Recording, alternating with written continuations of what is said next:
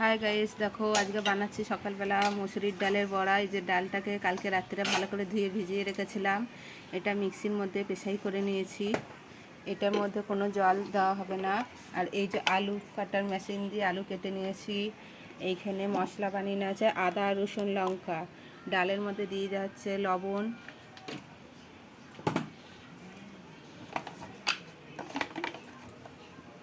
আর দেওয়া হচ্ছে হলুদ।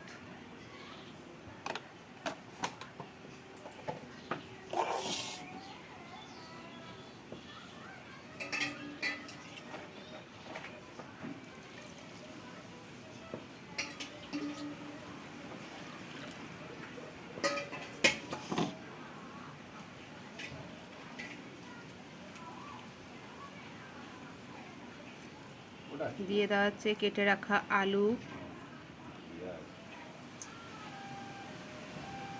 আর দিয়ে দেওয়া হচ্ছে আদা রসুন লঙ্কার পেস্ট দিয়ে এই যে ভালো করে মাখাতে হবে।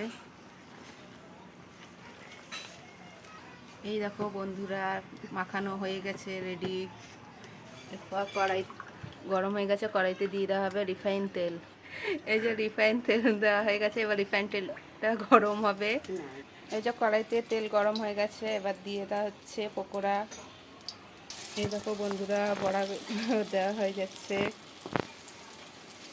এবার লাল লাল করে ভেজে নিতে হবে।